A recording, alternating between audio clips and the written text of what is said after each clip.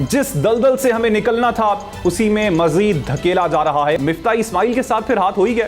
ना पहले कुछ डिलीवर किया था ना बाद में कुछ डिलीवर किया। IMF को की जो डील है, गरीब को कुर्बान करना पड़ जाए वो हम डील लेने के लिए तैयार हो जाएं। या आलमी मालियाती इदारे तय करके बैठे हुए हैं कि फलां फलां फलां फलां मुल्कों को आगे नहीं बढ़ने दें। आज जो दूसरों को ताना दे रहा है ना खुद मुख्तारी का, वो उससे बड़ा मामा था। दुनिया को पता नहीं है कि आप जजीरे में रहते हैं क्या? आप दहशतगर्दों से मुज़ाकरात करते हैं क्या? ये तजर्बाकार वाकई तजर्बाकार हैं के इलेक्ट्रिक बेहयाई, बेशर्मी और जितनी बुरी जुबान में कहें उतना अच्छा है। सब्सक्राइब करें और बेल दबाएं ताकि कोई खबर रह न जाए।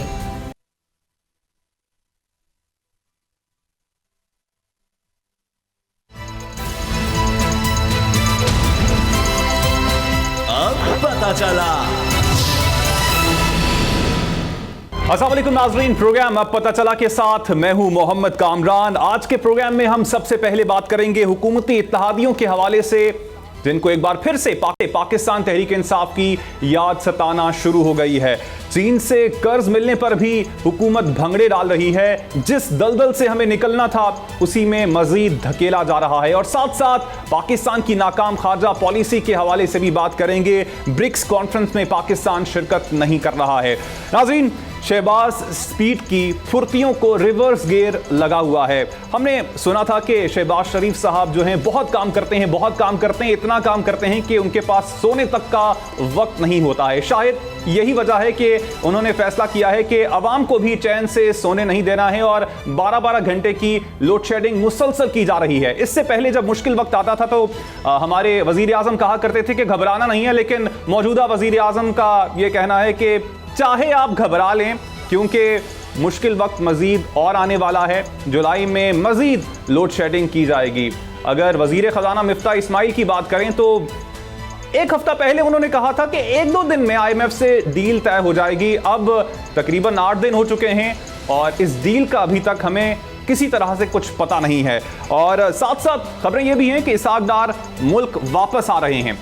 अब सवाल यहाँ पर यह उठता है कि वो मुल्क क्यों वापस आ रहे हैं।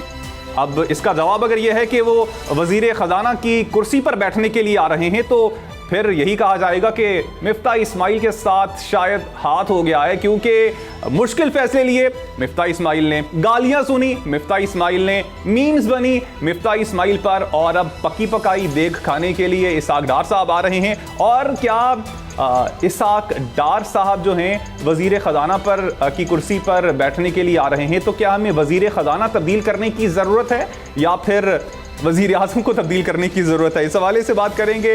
हमारे पैनलिस्ट से आपका तारुफ करवाता चलूँ, किसी तारुफ के मोहताज नहीं है। दोनों नूरुल आरफीन साहब और नज़ीर लगारी साहब हमारे साथ मौजूद हैं। आप दोनों का बहुत शुक्रिया। लगारी साहब, आपसे गुफ्तगू का आगाज़ करना चाहूँगा। इससे पहले कि हम इत्तेहादियों के हवाले से बात करें कि वहाँ पर क्या चल रहा है, मैं चाहूँगा इत्तेहादियों का क्या कहना है वो भी आपको सुनवा देते हैं। इत्तेहादियों का क्या कहना है वो भी आपको सुनवाएंगे। लगारी साहब, मैं चाहूंगा इससे पहले हम बात कर लें मिफ्ता इस्माइल और इसहाक डार के हवाले से। सर, एक तो बताइएगा कि आपको भी लगता है कि अगर इसहाक डार साहब मुल्क वापस आ जाते हैं और वजारत ख़जाना को संभालते हैं तो मिफ्ता इस्माइल के साथ फिर हाथ हो ही गया? मुफ्ती इस्माइल साहब के साथ क्या हुआ, उनके तो वैसे ही वारे न्यारे हो गए थे। वो कहाँ से कोई उनका सियासी किरदार था या उन्होंने कोई सियासी जद्दोजहद की थी या इस मनसब के लिए कोई उन्होंने कोई बड़ी कुर्बानियाँ दी थी या पाकिस्तान को कोई ऐसा मनसब वो पेश किया था, ऐसा कोई वो रास्ता दिखाया था कि पाकिस्तान इस रास्ते पर चलकर जो है अपने मसाइल हल कर सकता है। तो उन्होंने तो ना पहले कुछ डिलीवर किया था ना बाद में कुछ डिलीवर किया। और इनके बारे में कहा जाता है कि इसहाक डार साहब ने जो है वो मैनेज किया था कि डॉलर की कीमत न बढ़े। भाई, वो हम कहते हैं इस तरह का कोई मैनेजर अब भी मौजूद है तो बुलाओ उसको, भाई उससे मैनेज करवाओ, क्योंकि डॉलर जिस तरह से जनाब इमरान खान सो रहे होते थे और अभी वो उठते ही नहीं थे कि डॉलर फिर बढ़ जाता था। और फिर उनको पूछा जाता था भाई डॉलर की कीमत बढ़ गई, तो कहते थे कि वो मैं सो रहा था, असल में मुझे पता नहीं चला और डॉलर की कीमत बढ़ गई है। तो ये तो सूरत हाल है। हमारे वज़ीर ख़जाना जो साबका हैं वो मैनेज किया करते। तो भाई अगर मैनेज होता है और हो सकता है और दुनिया को इस पर एतराज़ भी नहीं था और कोई एतराज़ किया भी ना IMF ने किया था ना किसी और ने किया था, और अगर मैनेज हो सकता है तो वो आएँ और मैनेज करें, पहली बात। दूसरी बात यह कि उनके खिलाफ़ मुकदमात हैं, हम कल भी ये बात कर रहे थे, और उनके खिलाफ़ जो है एक पूरा महाद मौजूद था। जब वो मुल्क से बाहर जा रहे थे तो लग यही रहा था कि बाहर से बाहर चले जाएंगे, मुल्क में वापस नहीं आएंगे। और वज़ीर आज़म के साथ गए थे, शायद खाकान अब्बासी साहब के साथ जहाज़ में बैठ कर गए थे और फिर वहाँ से लंदन चले गए, और अब तक लंदन में हैं। फिर लंदन में बीमार पड़ गए थे, फिर उनका इलाज नहीं हो रहा था, चलो इलाज भी हो गया और वो ठीक भी हो गए, तंदुरुस्त भी हो गए, वापस आना भी चाहते हैं और आपकी मैशत को बेहतर करना भी चाहते हैं। लेकिन जो मुल्क के मैनेजर हैं वो क्या सोच रहे हैं, उन्होंने क्या सोचा हुआ है कि इनके ख़जाना इनके हवाले करना है या नहीं करना है। असल में अब तो बहुत पोलराइजेशन इतनी ज़्यादा हो गई है कि हम खुद हैरान होते हैं कि भाई होगा क्या मुल्क के अंदर। कभी एक सीट के आसरे पर बैठे हैं, कभी 2 सीटों के आसरे पर बैठे हैं, कभी वो कह रहे हैं कि भाई हम तो जा रहे हैं, रास्ता अपना लेंगे, टाटा कर रहे हैं, फिर कोई और कह रहा है कि भाई हमारे साथ भी हाथ हो गया है। और ये वह हुकूमत वैसे भी इसके पास कोई अक्सरियत नहीं है। क्या धर्म तख्ता होने जा रहा है, क्या नए सिरे से नई सूरत हाल पैदा की जा रही है, लोगों को किसी और ट्रक की बत्ती के पीछे लगाया जाएगा, ये किसी को मालूम नहीं है। लेकिन मेरा ख्याल ये है कि अगर वापस आकर कुछ चीज़ें वो ठीक कर सकते हैं तो अच्छा है, आकर कर लें। अगर आप इल्ज़ामात की बात कर रहे थे, कोई एक ऐसा शख्स भी नहीं है जिसके ऊपर इल्ज़ामात ना हों और जो इस मुल्क में केसेस ना हों, साफ होकर चलता है। तो ऐसा एक दिन में तो साबिक वज़ीर आज़म के 15 मुकदमात में ज़मानत होती है और उस पर कोई बात भी नहीं बनती है। अगर किसी और के हो गए होते, किसी और उनके मुखालिफ के हो गए, तो अब तक वो ढोल पीट रहे होते और वो इतना शोर मचा रहे होते कि दुनिया हैरान हो जाती है, यार ये क्या शोर मचा रहे हैं। अच्छा नूरुल आरफीन साहब, क्या वज़ीर ख़जाना तब्दील होने से जो मुल्की हालात हैं वो भी तब्दील हो जाएंगे? अगर ख़ास तौर पर अगर इसाक़ डार साहब की बात की जाए, क्योंकि उनके बारे में भी यही कहा जाता है, जिस तरह कि हमने शहबाज शरीफ के बारे में सुना था कि वो बहुत तजर्बाकार हैं, शहबाज स्पीड एक टर्म यूज़ होती थी, तो अब अगर वज़ीर ख़जाना तब्दील हो जाता है तो मुल्की माशी हालात भी क्या आपकी नज़र में तब्दील हो जाएंगे? खुदा ने आज तक उस कौम की हालत नहीं बदली, न हो जिसको ख्याल खुद अपनी हालत बदलने का। ये दीवाने का ख्वाब है, इससे ज़्यादा इसकी कोई हैसियत नहीं है। आप जुराबे बदलते रहे, लेकिन फटा हुआ आपका जूता है मेरे सरकार, जुराब बदलने से कुछ नहीं होगा।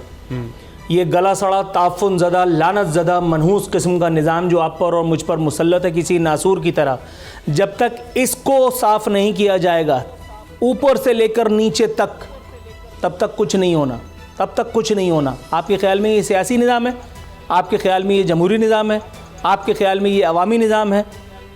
जब तक ये सियासी, जमहूरी और अवामी निज़ाम की शक्ल इख्तियार नहीं कर लेता ये निज़ाम जो किसी हवाले से भी काबिल कबूल नहीं है, सिर्फ़ उनके लिए जिन पर नवाजिशात हो रही हैं और सिर्फ उनकी जानिब से कि जो इसके बेनिफिशरीज़ हैं, ये उनके लिए है, ये मेरे और आपके लिए, एक आम आदमी के लिए नहीं है। आप इस पर मुसर्रत नज़ीर को वज़ीर आज़म बना दें या शहबाज शरीफ को, इमरान खान को प्रेसिडेंट बना दें या बाहर से कोई इंपोर्ट करवा करके ले आए, nothing will happen, nothing will change. ठीक है। अच्छा, अब कुछ बात हुकूमती इत्तेहादियों के हवाले से भी कर लेते हैं। 24 घंटों में चाहे वो MQM हो, चाहे वो बाप पार्टी हो, या फिर वो असलम भूतानी साहब जो कि इंडिपेंडेंट कैंडिडेट हैं, वो भी गरज बरस रहे हैं। 24 घंटों के अंदर ये सारा आपको कोइंसिडेंस लगता है या इसके पीछे भी आपको कुछ मुहर्रिकात लगते हैं? देखें, कभी आपने ख़बर पढ़ी हो, और हम टेलीविज़न पर भी सुनते हैं, ख़बरें भी पढ़ते हैं, और पहले तो ज़ाहिर टेलीविज़न नहीं होता था, ख़बरें ही हम लोग पढ़ा करते थे, अखबारात में देखते थे कि फ़लाँ जगह पर ज़लज़ला आया और ज़लज़ले में फ़लाँ तबाही मची, इतने अफराद जो है वो जान बहक हुए, इतने घर गिर गए, इतना कुछ हो गया, इतनी सड़कें तबाह हो गई, इतना इंफ्रास्ट्रक्चर भूल गई। लेकिन ज़लज़ले का मरकज़ वहाँ से जो है वो 600 किलोमीटर दूर किसी और मकाम पर था। तो ये जो ज़लज़ला आता है इसका मरकज़ कहीं और होता है, और वो जो पोलराइजेशन है ये हमागीर है, हमाजहती है। और पोलराइजेशन ये नहीं है कि हमें सियासी महाज पर जो नज़र आ रही है और हमें ये पार्लियामेंट के अंदर बोलते हुए लोग नज़र आ रहे हैं, ये कहीं और भी गुफ्तगू इस तरह की हो रही है, कहीं और भी इस तरह की बातें हो रही हैं। हाँ, हमें ताकत के मराकज़ में खलबली की सूरत हाल मौजूद है, और देखते हैं कि वो कहते क्या हैं। ठीक। अच्छा नूरुल आरफीन साहब, अब आपकी जानिब आना चाहूँगा। अब आपको भी क्या लगता है, चीज़ें वाकई ब्रेकिंग पॉइंट की जानिब बढ़ती जा रही हैं या फिर रेट बढ़ाया जा रहा है? कुछ भी नहीं होना है यार, टाइम पास है। 1 साल तक का जो सेटअप है वो इसी तरह से लूले लंगड़ा चलता रहेगा। कभी कुछ शोशा छोड़ दिया जाएगा, कभी कुछ शोशा छोड़ दिया जाएगा। असल एजेंडा जो है वो IMF के साथ मामलात, उनके जो फरमुदात हैं उसकी तकमील है। उसके लिए जिस किसी को कुर्बान करना पड़ेगा उसको कुर्बान भी किया जाएगा। जो कीमत आवाम को चुकाने के लिए कहा जाएगा वो आवाम चुकाएगी भी। चलनी सिर्फ अगियार की है, मैं और आप तो सिर्फ कठपुतलियाँ हैं। यहाँ तो जितना बड़ा भी मामा हो जमहूर का या कोई और, वो सिर्फ कठपुतली है, उससे ज़्यादा उसकी कोई औकात ही नहीं है। ठीक, अच्छा लगारी साहब, अब गुफ्तगू के सिलसिले को आगे बढ़ाते हैं। कुछ IMF की बात कर लेते हैं, कुछ चीन से मिलने वाले कर्ज़ों के हवाले से भी बात कर लेते हैं। हमारे वज़ीर आज़म तो कहते हैं कि हमारा जो असल मकसद है, जो असल मंजिल है, वो हमारी खुद इन्हिसारी है। दूसरी जानिब हम देखते हैं कि जब चीन से हमें पैसे मिल जाते हैं उस पर हम भंगड़े डालते हैं। IMF की जो डील है उसके बारे में हम इतने उतावले हो रहे हैं कि किसी ना किसी तरह कुछ भी करना पड़ जाए, गरीब को कुर्बान करना पड़ जाए, वो हम डील लेने के लिए तैयार हो जाएं और हम उसके लिए सब कुछ करने के लिए तैयार हैं। एक जानिब हम खुद इन्हिसारी की बात करते हैं, दूसरी जानिब हम कर्जे लेने पे हम तुले होते हैं। तो ये हम दलदल से निकल सकते हैं कभी? नहीं, इन्होंने तो आपको दलदल में डाला है ना। ये आलमी मालियाती इदारे तय करके बैठे हुए हैं कि फलां मुल्कों को आगे नहीं बढ़ने दे और फलां मुल्कों को टाइगर बनाना है। टाइगर बनाया उन्होंने, क्या पोटेंशियल था ताइवान का टाइगर बनाने का?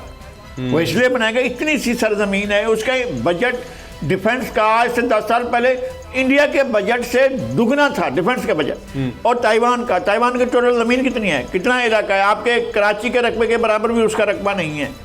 और उसके अलावा कितनी वो घर नहीं है, उनके पास ज़मीन नहीं है सिंगापुर के पास, तो उनने समंदर के अंदर से अपनी कॉलोनियाँ बसाना शुरू कर दी हैं। समंदर के अंदर ही उनके पूरी रहन सहन और बूदोबाज जो है, उनके नए आबादी जो भी होती है समंदर के अंदर होती है, समंदर के नीचे होती है। तो वहाँ तो ये सूरत हाल बन रही है कि ये हालत है सिंगापुर की, जो टाइगर बने हुए हैं। और जिस मुल्क के पास वसाइल, इतने वसाइल हैं, मैं समझता हूँ कि इतना बड़ा पोटेंशियल है, दुनिया के अमीर तरीन मुल्कों के पास भी इतना बड़ा पोटेंशियल नहीं है। वो मजाक उड़ाते थे, हम लोग कहते थे इमरान खान क्या कह रहे हैं, 12 मौसम है। हाँ भाई, इतने मौसम होते हैं।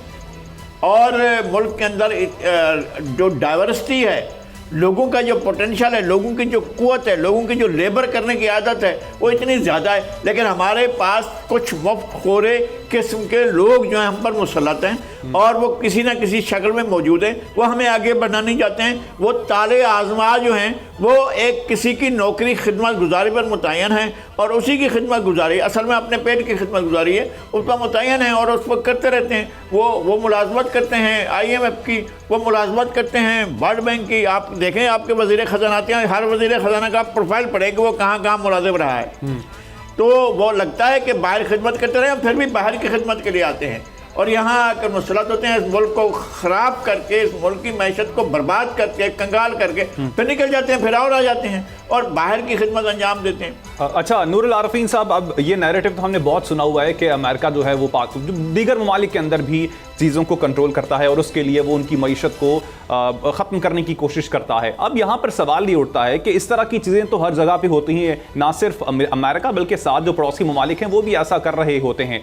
बट इससे जो प्रॉक्सीज होती है इनको निपटा जाता है स्ट्रैटेजी के जरिए, सियासत के जरिए। तो हम लोग क्या उस मकाम पे कभी पहुंच पाएंगे कि हम इनके साथ नबर्द आजमा हो सकें? और इन तमाम चीज़ों के बावजूद, क्योंकि अब ये चीज़ें तो रहेंगी ही, तो इनसे निकलने के लिए हमारे पास स्ट्रैटेजी होनी चाहिए। मतलब आइडियली तो ऐसे ही होना चाहिए, लेकिन सियासी जमातें आपके पास हैं, आपके पास सियासी जमातें, उनमें कैरेक्टर है, आपकी जो पॉलिटिकल लीडरशिप है उसमें विजडम, इंटेलेक्ट नाम की कोई चीज़ है।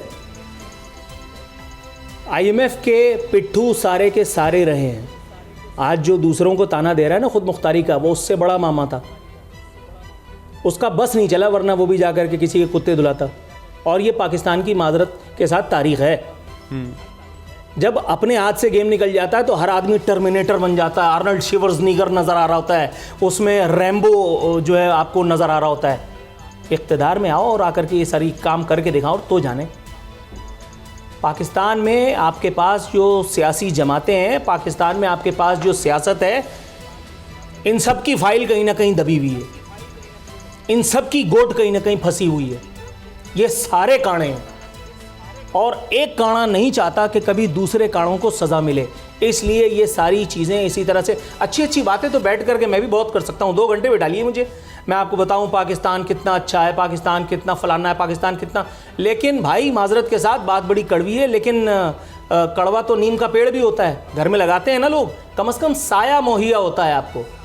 कड़वी बातों से घबरा करके और अगर आप अपना दिल ख़राब करें तो फिर वो आपका छोटापन है। लेकिन बात ये मैं जो दिखा रहा हूँ वो है ना यहाँ इस सिस्टम में। जब आपकी रोटियां ख़त्म हो जाती हैं तो आपको लगता है कि अमेरिका आपका दुश्मन है, और जब आप बेरोज़गार हो जाते हैं तो आप कहते हैं नहीं नहीं नहीं, मैं तो सबसे तमाम क़ुव्वतों से बराबर का ताउन चाहता हूँ, मैं किसी के मुखालिफ नहीं हूँ। ऐसा हो रहा है ना, ऐसा हुआ है ना, अमेरिका रिजीम चेंज कराता है, ये पहली दफ़ा ऐसा हुआ है। पहले भी तो किसी वज़ीर आज़म की नौकरी गई है ना, और आखिरी मर्तबा भी नहीं हुआ। और वजह कौन बनता है? यही सो कॉल्ड पॉलिटिकल लीडरशिप, यही सो कॉल्ड पॉलिटिकल लीडरशिप। इनमें से कितने ऐसे हैं जिन्होंने बसों में आखिरी दफ़ा कितनी साल पहले सफ़र किया होगा? आप मुझे नाम लेकर के बता सकते हैं? गरीबों के मसीहा, उनकी अगर आप शब रोज़ देख लें, उनकी अगर आप वीकेंड पार्टीज़ का अहवाल सुन लें, देखिए मत, उनकी वीकेंड पार्टीज़ का अहवाल सुन लें आप, तब आपको पता चल जाएगा कि ये कितने पानी में है। और उन्होंने जिनको रखा हुआ है वो उनका भी यही हाल है, उनका भी यही हाल है। वो सारे मैनेजर्स भी इसी तरह से मैनेजरी कर रहे होते हैं। बात ये है भाई कि कुएं के ऊपर खड़े होकर के डांस करने से फ़ायदा कुछ नहीं है, गिरना आपने एक ना एक दिन है, और अब हम पूरी तरह से गिर चुके हैं। अब लाल गुलाबी बातें करते रहो कि हम इससे निकल सकते हैं तो फलाना तो ठिकाना, जब निकलना था तब तो निकल नहीं रहे। लीडरशिप ने आपको निकालना होता है, लीडरशिप किधर है? कहाँ है लीडरशिप? कौन लीडर है आपके पास? लीडर कौन है? एक give me just one bloody name. वो नवाज शरीफ है, वो एक्सरे दिखा के भाग गया, ऐसे ही है। ये लीडरशिप है आपकी। शहबाज शरीफ को आप लाए थे इस उम्मीद पर कि ये आपको स्पीड दिखाएंगे, और जितनी स्पीड से आपका क़िताल कर रहे हैं, अल्लाह की पनाह, अलमान अलफीज़। पिछले वाले जो थे उनका कैरेक्टर भी देखा, उससे पिछले वाले जो थे उनका कैरेक्टर भी देखा, और उससे पिछले वाले की अगर बात करूंगा तो फिर बड़े मामलात हैं। छड्डो यार ये सब बातें, कुछ नहीं होता। जी अच्छा लगारी साहब, अब यहाँ पर कहते हैं कि आपको अपनी गलतियों का पता चल जाए तो उसके बाद आप उन गलतियों को समझते हैं और फिर उनको सही करने की कोशिश करते हैं। क्या हम अपनी गलतियां क्या अभी तक समझ नहीं पाए हैं, समझना नहीं चाहते हैं, और किस समत जा रहे हैं? सही समत पे कभी हम जा भी पाएंगे? हम पिछली गलती को, उसकी याद भुलाने के लिए एक और गलती कर लेते हैं, ये हमारा काम है। हमने क्या किया था? 70 में इलेक्शन हुए, 71 में ऑपरेशन हुआ, हमने क्या हासिल कर लिया था? हम क्या हासिल करने जा रहे थे? कैसे ये लिख कर गया था? हेनरी किसिंजर लिख कर गया है कि जनाब हमसे ये बात तय कर ली गई थी कि हमें सदर याह्या खान ने यकीन दिला दिया था कि हम मशरक़ी पाकिस्तान से निकल जाएंगे। भैया अगर आप निकल जा रहे हो, वहाँ से जाने का तय कर चुके हो, तो फिर वहाँ क्यों ऑपरेशन कर रहे हो? वहाँ आपके ऑपरेशन का सबब क्या बनता है? और उससे पहले फील्ड मार्शल अयूब खान जो हैं वो बुलाकर लोगों को कहते हैं कि जनाब हम निकल रहे हैं इस पाकिस्तान से। भाई क्यों निकल रहे हो? बल्कि उनसे कहा गया कि भाई अब आप बताओ, हम जो है आपको अलग करना चाहते हैं। उन्होंने कहा भाई पाकिस्तान हमने बनाया है, आप अलग हो जाओ, हम कैसे अलग हो जाएंगे? उनको फिर मार कर आपने कहा कि भाई अलग हो जाओ। और उसके बाद फिर क्या से क्या होता रहा, फिर हमें सदमात होते रहे, एक सदमे के बाद दूसरा सदमा, दूसरे सदमे के बाद तीसरा सदमा, एक गलती के बाद दूसरी गलती। हमने लगातार गलतियां की हैं, और गलतियां करने का हमारा मॉडल हर दफ़ा नया होता है। हम फिर ये नहीं सोचते हैं कि ये मुल्क हमारा है, ये सरजमीन हमारी है, ये बलूचिस्तान हमारा है, ये खैबर पख्तूनख्वा हमारा है, ये गिलगित बल्तिस्तान हमारा है, ये कश्मीर हमारा है, ये पंजाब हमारा है, ये सिंध हमारा है, ये सराइकी बेल्ट हमारा, ये सारी ज़मीन हमारी है। कभी भी नहीं सोचा जाता हुक्मरान जहाँ हुक्मरानी कर रहे हैं उससे एलियन हैं, उससे अजनबी हैं, और उससे नफरत करते हैं हमारे हुक्मरान। उन्हें कोई पाकिस्तान के किसी एक इंच से भी मोहब्बत नहीं है, और लोगों से तो बिल्कुल नफरत है। वो चाहते हैं सारे लोग मर जाएं। ये है हमारे हुक्मरानों की और हमारे इशराफिया की जो नीयत है, वो ये है, लोगों को नहीं डिलीवर करना चाहते, लोगों को मार देना चाहते हैं भूख से, और खिदमात अंजाम देनी है उन्होंने। देखिए हमारा एक रोल, कॉलोनियल रोल तय हुआ था, हम कॉलोनियल रोल अदा करने के लिए पैदा हुए थे, और हम करते चले जा रहे हैं, हमें इसमें कोई वो नहीं लग रहा है। अच्छा नूरुल आरफीन साहब, अब IMF की डील के हवाले से हम बात तो बहुत करते हैं, हमें वज़ीर ख़जाना मिफ्ता इस्माइल साहब ने ही कहा भी था कि 1-2 दिन में हो रही है, गो कि इसको भी अब हफ्ते से ऊपर गुजर चुका है।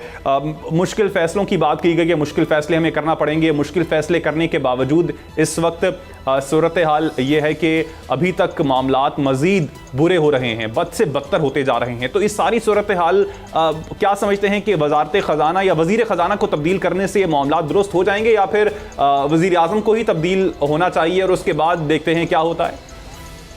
आपने मुझसे इस शो में पहला सवाल यही किया था और इसका जवाब मैं दे चुका हूँ, दोबारा देता हूँ। इस गले सड़े लानत ज़दा मनहूस निज़ाम में आप मुसर्रत नज़ीर को वज़ीर आज़म बना दें या बाहर से किसी और को लेकर के आकर के सदर बना दें, कोई फ़र्क नहीं पड़ने वाला, कोई फ़र्क नहीं पड़ने वाला। मिफ्ता इस्माइल के बाद आपको गालियाँ देने के लिए कोई और आदमी चाहिए, वो आ जाएगा, आप उसको गालियाँ देते रहिए। किसी की और की मीम्स बनानी है, उसको बुला लीजिए, वो आप करते रहिए। दिल पिशौरी करनी है ना आपने, कीजिए। इस निज़ाम में ये जो सो कॉल्ड सियासी निज़ाम है, जो किसी एतबार से भी अवामी नहीं है, ये सो कॉल्ड सियासत भी नहीं हो रही है यहाँ पे। यहाँ आपको मिलना मिलाना कुछ नहीं है, सब दिल पिशौरियाँ ही हैं, सब दिल पिशौरियाँ ही हैं। ओके, अब मुझे ब्रेक का कहा जा रहा है। नाजरीन, ब्रेक से जब वापस आएंगे तो हम कुछ बात करेंगे हमारी वज़ारत ख़ारजा के हवाले से। हमारे साथ आप मौजूद रहिएगा।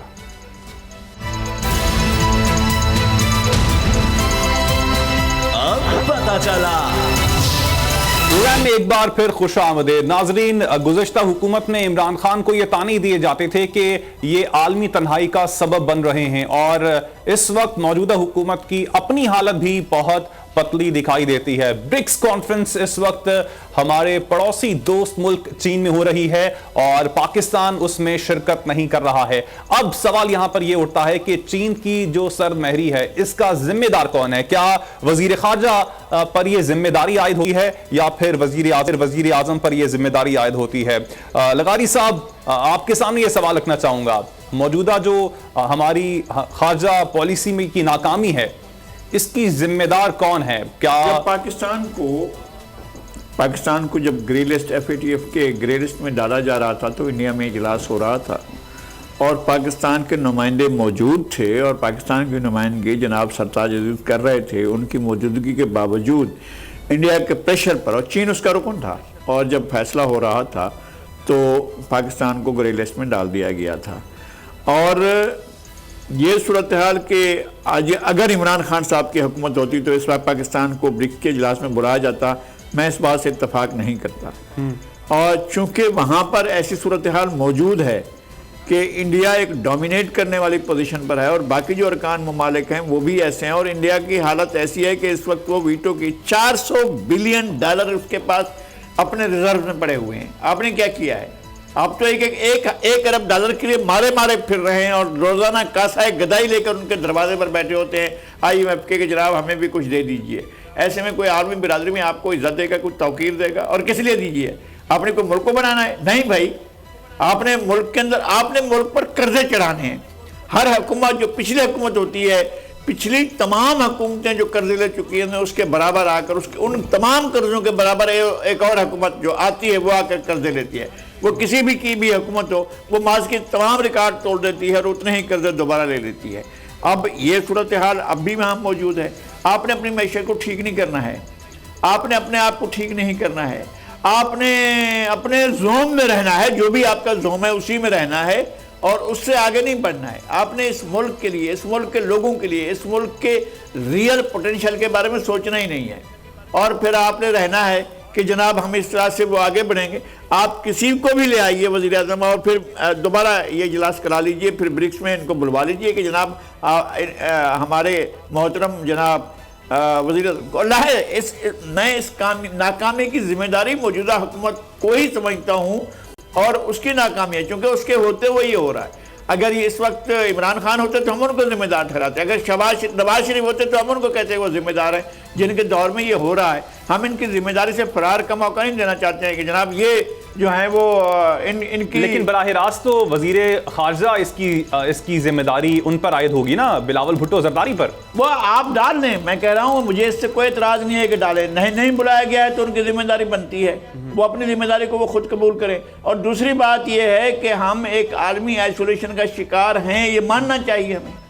ठीक है। अच्छा नूरुल आरफीन साहब, अब हम चीन के हवाले से पहले तो बहुत कहते थे कि पहाड़ों से बुलंद और शहद से मीठी हमारी जो दोस्ती है।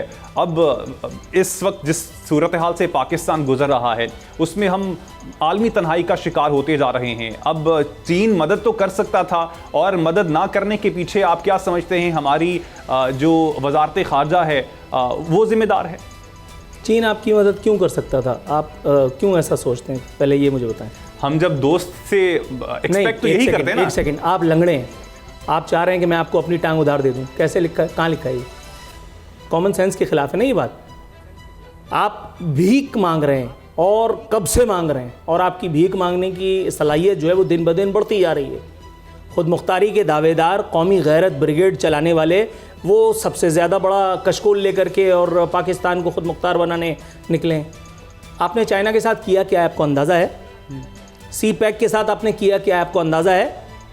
चाइनीज़ इंजीनियर्स तो छोड़िए, चाइनीज़ टीचर्स के साथ जामा कराची में अभी जो हुआ, आप उनकी सिक्योरिटी को यकीनी नहीं बना सकते। बातें आप बड़ी बड़ी अफलातूनी करते हैं कि ये कर दूंगा और वो कर दूंगा। भरम टाइट पतीला खाली, अंदर है क्या आपके पास?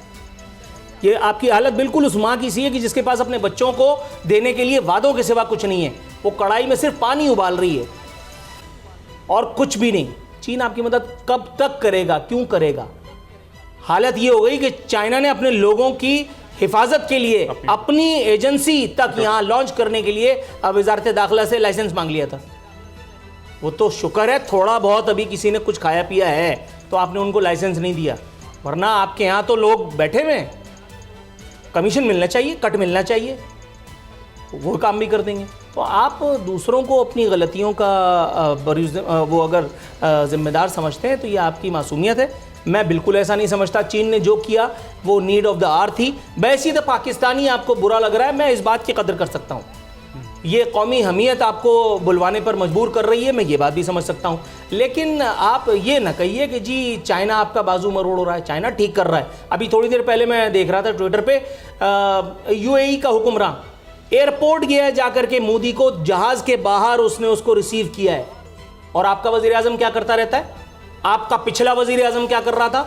सऊदी वली अहद की गाड़ी का ड्राइवर बना हुआ था।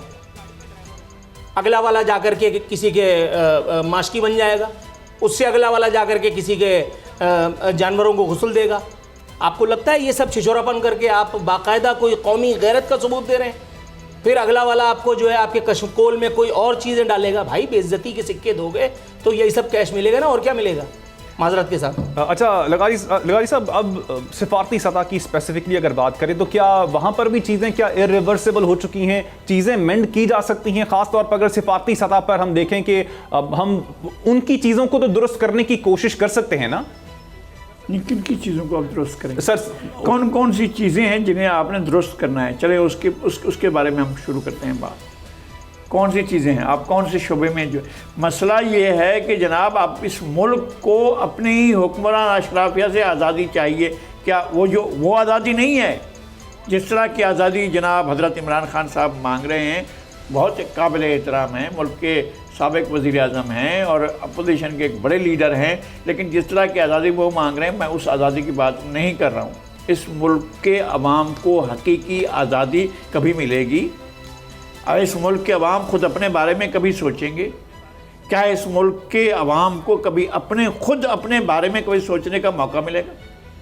हमने कहा कि हमारे 80,000 लोग कत्ल हो गए, मार दिए गए, और हम बैठते हैं उन पर फतह पाने के बाद, 2 बड़े ऑपरेशन करने के बाद, ऑपरेशन ज़र्ब-ए-अज़ब और ऑपरेशन रद्दुल फसाद करने के बाद, और उस पर ज़ाहिर अखराजात आते हैं ऑपरेशन के ऊपर, वो करने के बाद फिर हम जाकर जो गिर चुका है, जिसको हमने शिकस्त दी, उसके साथ हम बैठकर मुज़ाकरात कर रहे हैं। यार आप क्या मुल्क हैं भाई?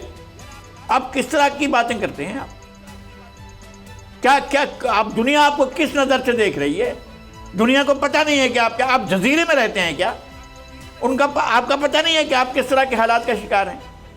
आप दहशतगर्दों से मुज़ाकरात करते हैं और लोगों को ये मैसेज देते हैं कि जनाब हम बड़े बाइज्जत, बाहमियत, बड़े गैरतमंद किस्म के लोग हैं, और आप ऐसे बुकरातों को लाकर जो है बिठाते हैं कि जो आपको नया सबक पढ़ाते हैं, एक रोज़ाना नई गैरत की गोली बनती है, वो खिला देते हैं पूरी कौम को, ये लीजिए आज के लिए ये गोली हाजिर है, इसको खाइए।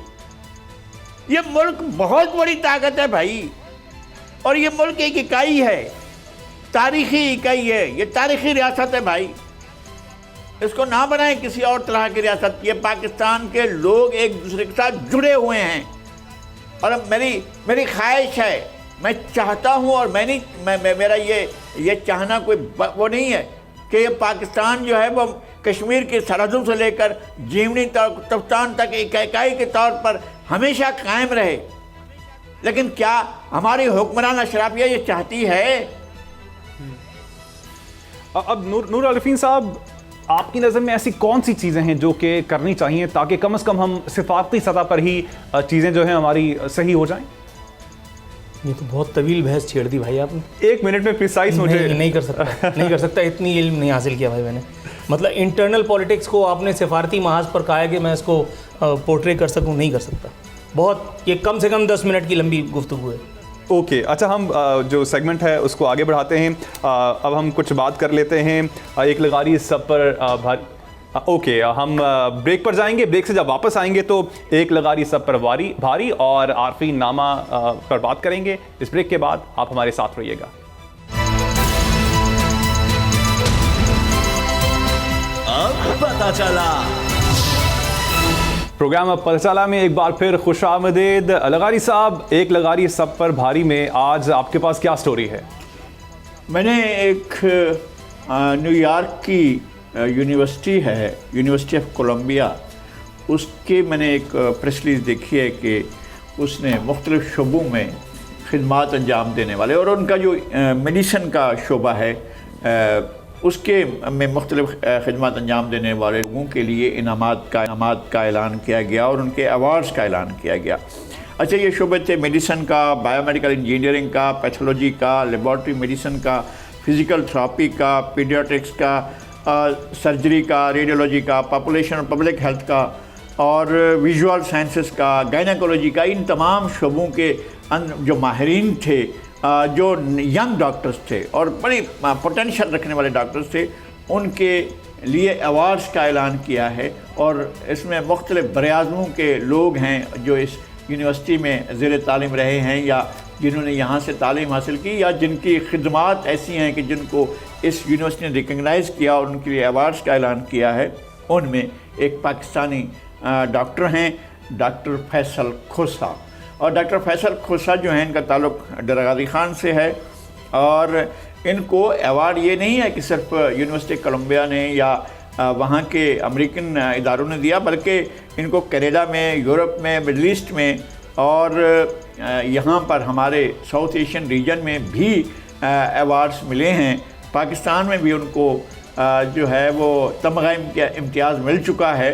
और इत्तफाक है ये कि एक कोइंसिडेंस है कि मुझ जैसा, मैं तो अपने आप को इस काबिल नहीं समझता, मुझे जिस साल प्रेसिडेंट ऑफ पाकिस्तान की तरफ से प्राइड ऑफ परफॉर्मेंस दिया गया था और जिस प्रेसिडेंट की तरफ से दिया गया था और जिसके दस्तखतों से दिया गया था, मैंने तो कभी उनके लिए कभी कलमा खैर भी नहीं कहा था। और लेकिन ये उनकी मेहरबानी थी, जिस तरह भी हुआ ये, लेकिन उनकी ज़ाहिर खिदमत होंगी और उन्होंने ऐसा काम किया होगा कि उनके लिए तमगा इम्तियाज़ का ऐलान किया गया। अच्छा, उन्होंने वहाँ पर ऐसी कम्युनिटीज़ में काम किया है जिनकी रिप्रेजेंटेशन नहीं होती है। फैसल खोसा, डॉक्टर फैसल खोसा ने किया। उन्हें अमेरिका में जो है ग्लोबल ह्यूमैनिटेरियन अवार्ड दिया गया, कनाडा में मिचेल अवार्ड दिया गया, यूरोप में राइजिंग स्टार अवार्ड दिया गया, और मिडल ईस्ट में उन्हें मेंटोरिंग अवार्ड दिया गया, और पाकिस्तान में जैसे मैंने बताया कि तमगा इम्तियाज़ दिया गया। तो वो एक बासलाहियत नौजवान हैं और एक ऐसी जगह से उठकर वहाँ पहुँचे हैं जहाँ बहुत कम इम्कानात होते हैं कि लोग जो है वो इस सलाहियत के हामिल हों, लेकिन बहरहाल उन्होंने अपने आप को मनवाया है, अपने आप को तस्लीम करवाया है। एक बड़े पोटेंशियल के तौर पर, एक बड़े राइजिंग स्टार के तौर पर वो सामने आए और उनकी अमेरिका में ये इज़्ज़त हुई है कि उन्हें अवार्ड दिया गया। और इतनी बड़ी बहुत ही प्रेस्टीजियस यूनिवर्सिटी है जिसकी तरफ से ये ऐलान हुआ। और मैंने और बराआज़मों के लोग भी देखे, यंग डॉक्टर्स देखे हैं जिन्हें ये अवार्ड दिया गया है। इस पर मैं फैसल खोसा को भी मुबारकबाद पेश करता हूँ और अपने नाजरीन को भी कि हमारे मुल्क में इस तरह का टैलेंट मौजूद है। नेक्स्ट सेगमेंट की जाने बढ़ते हैं। आरफीन नामा, नूरुल आरफीन साहब, इस तजर्बाकार हुकूमत की बात कर लेते हैं। आपकी नज़र में क्या ये तजर्बाकार वाकई तजर्बाकार हैं? महंगी बिजली भी अब मुकद्दर में नहीं है। लोड शेडिंग में मज़ीद इजाफे की खुशखबरी शहबाज शरीफ ने सुना दी है और ये कोई ऐसी खबर नहीं है जिसे आप गैर मुतवक्को कहें। इस वक्त हालत ये है कि मुल्क भर में बिजली की तवील लोड शेडिंग के मारे हुए अवाम सड़कों पर निकल आए हैं। अगर आप बात करें इस एक शहर की, इस एक शहर नापुरसान हाल की, इस एक शहर यतीमा की, जिसे अनकरीब इसी तरह की हुक्मरानी अगर रही तो शहर खामोशा में बदल दिया जाएगा। यहाँ 16 घंटे की लोड शेडिंग हो रही है। पूरे मुल्क से हाल कोई मुख्तलिफ तो नहीं है। एक खबर के मुताबिक कराची में लोड शेडिंग के खिलाफ जगह जगह एहतजाज, माड़ीपुर में खातून जाँ बहक, ये आज की खबर है। माड़ीपुर रोड कई घंटों तक ट्रैफिक के लिए बंद रहा है। इंतहाई अहमियत की हामिल है ये जगह। बिज़नेस कम्युनिटी के हवाले से बिज़नेस का हब समझी जाती है। यहाँ से सारी ट्रांसपोर्टेशन होती है अंदरूनी मुल्क को। पुलिस लाठीचार्ज करने पर आ गई है, शेलिंग की जा रही है, हवाई फायरिंग तक की नौबत आ गई है। लोग पुलिस पर पथराव कर रहे हैं और कराची में आवाम का सब्र जो है वो अब जवाब दे चुका है। दूसरी जानिब हमारे तजुर्बेकार वज़ीर आज़म कह रहे हैं कि जुलाई में गैस की लोड शेडिंग जो है वो मज़ीद आप भुगतने के लिए तैयार हो जाइए। बिजली की लोड शेडिंग मज़ीद आपने भुगतनी है, इसलिए क्योंकि उनको गैस के जहाज़ नहीं मिल पाए हैं। अब अगर गैस के जहाज़ नहीं मिल पाए तो इसका खुमियाजा भी मैंने और आपने भुगतना है। दूसरी जानिब जो बिजली की कीमतें बढ़ाई चली जा रही हैं, 8 रुपये अभी बिजली की कीमत मज़ीद बढ़ाई गई है। मंजूरी दे दी गई है LPG की कीमत में 10 रुपये किलो का इजाफा। सार्फिन पर ज़्यादा नहीं, सिर्फ 113 अरब रुपए का मज़ीद बोझ पड़ेगा। और ये सार्फिन कौन है? वो एक आम आवाम जो अपना खून पसीना जला करके इन लोगों को पैसे भरता है। के इलेक्ट्रिक की जानिब से एक रिवायती सी लोड वो मेरे पास मौजूद है। प्रेस रिलीज कहती है गैर एलानिया लोड शेडिंग नहीं की जा रही। के इलेक्ट्रिक के बारे में जितना ज़्यादा कहा जाए उतना कम है। के इलेक्ट्रिक बेहयाई, बेशर्मी और बेहिसी की एक ऐसी जहद मुसलसल का नाम है कि जिसके बारे में आप जितना कहें और जितनी बुरी ज़ुबान में कहें उतना अच्छा है। अभी थोड़ी देर पहले मैं सुन रहा था, देख रहा था कि वॉइसराय सिंध का एक वो निकला। उन्होंने कहा कि इलेक्ट्रिक जो है वो बिजली की फराहमी को यकीनी बनाए। हंसता हुआ मेकअप डिपार्टमेंट से मैं निकला और यहाँ सेट पे आके बैठ गया। इस तरह की बेज़र धमकियाँ तो हमने बहुत देखी हैं। इस तरह की धमकियाँ ऐवान वज़ीर आज़म से दी जाएँ, रावलपिंडी से दी जाएँ, इस्लामाबाद से दी जाएँ, लाला मूसा से दी जाएँ, मलिर सऊदाबाद से दी जाएँ, कहीं से भी दी जाएँ। इस तरह की धमकियों की औकात कुछ नहीं होती। पिछले से पिछले दौर में जब यहाँ जमहूरियत बेहतरीन इंतकाम थी, उस दौर में भी जब सूबे और विफाक में अच्छी हुक्मरानी फल फूल रही थी, उस ज़माने में भी के इलेक्ट्रिक यही सब कुछ कर रही थी जो आज कर रही है। इमरान खान के दौर में भी के इलेक्ट्रिक यही सब कुछ कर रही है। इमरान खान के बाद शहबाज शरीफ के दौर में भी यही सब कुछ हो रहा था जो आज हो रहा है। और मैं आपको लिख करके देता हूं कि ये सब कुछ वैसा अगले दौर में भी चलता रहेगा। इस रूए ज़मीन पर मैं दोबारा दोहराता हूं, कोई माई का लाल किसी माँ ने नहीं जना जो के इलेक्ट्रिक जैसे इदारों के, east India company of Pakistan जिसको मैं कहता हूं, इन लोगों के गिरेबानों पर हाथ डाले। बहुत शुक्रिया नूरुल आरफीन साहब, आपके वक्त का। नज़ीर लकारी साहब, आपने वक्त दिया, आपका भी बहुत शुक्रिया। नाज़रीन, मुझे मोहम्मद कामरान को आज के प्रोग्राम से दीजिएगा इजाज़त। अल्लाह के बाद